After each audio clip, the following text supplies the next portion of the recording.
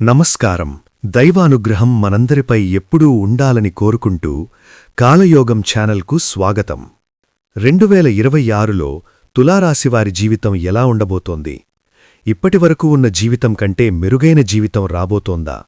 రాజయోగం పట్టబోతోందా? ఈ వీడియోలో పూర్తి వివరాలు తెలుసుకుందాం. అంతకంటే ముందు ఈ వీడియో చూస్తున్న మీరందరూ మీ ఇష్టదైవం పేరును కింద కామెంట్ బాక్స్లో కామెంట్ చేయండి. అలాగే ఈ వీడియోను లైక్ చేయడం మర్చిపోవద్దు. మీరు చేసే ఈ చిన్న పని నాకు ఎంతో ప్రోత్సాహాన్నిస్తుంది. తులారాశివారికి 2026 సంవత్సరం 2 భాగాలుగా ఉంటుంది.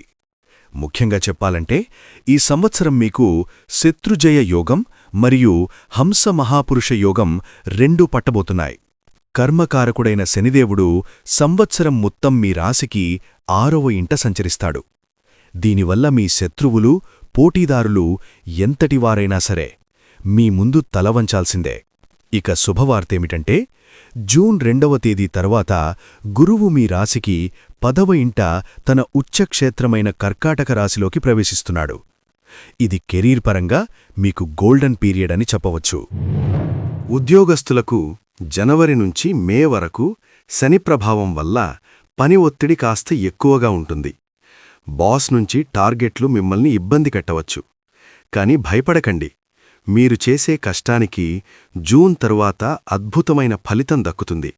ప్రమోషన్లు, మీరు కోరుకున్న చోటికి ట్రాన్స్ఫరు మరియు సమాజంలో మంచి గుర్తింపు లభిస్తాయి.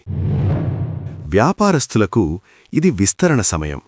గురువు దృష్టి మీ ధనస్థానంపై పడటం వల్ల లోన్లు ఈజీగా క్లియర్ అవుతాయి.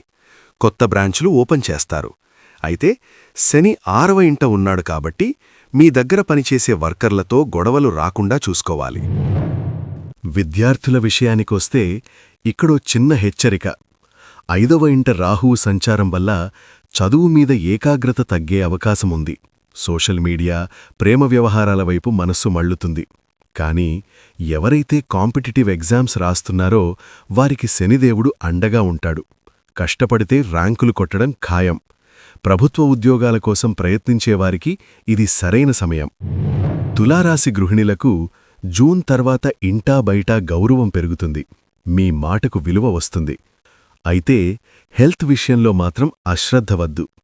శని మరియు రాహువు ప్రభావం వల్ల గ్యాస్ట్రిక్ సమస్యలు, అజీర్తి మరియు కాళ్ల నొప్పులు వచ్చే అవకాశముంది. అలాగే కిడ్నీ సంబంధిత సమస్యలు వచ్చే ఛాన్స్ ఉంది కాబట్టి నీరు ఎక్కువగా త్రాగాలి. ముఖ్యంగా గర్భిణీ స్త్రీలు మరియు చిన్నపిల్లల తల్లులు పిల్లల ఆరోగ్యం విషయంలో చాలా జాగ్రత్తగా ఉండాలి. ప్రేమ వ్యవహారాల్లో ఉన్నవారికి రాహువు మాయను సృష్టిస్తాడు. ఆకర్షణను ప్రేమగా భావించి మోసపోయే ప్రమాదం ఉంది. కాబట్టి ఆవేశంలో నిర్ణయాలు తీసుకోవద్దు.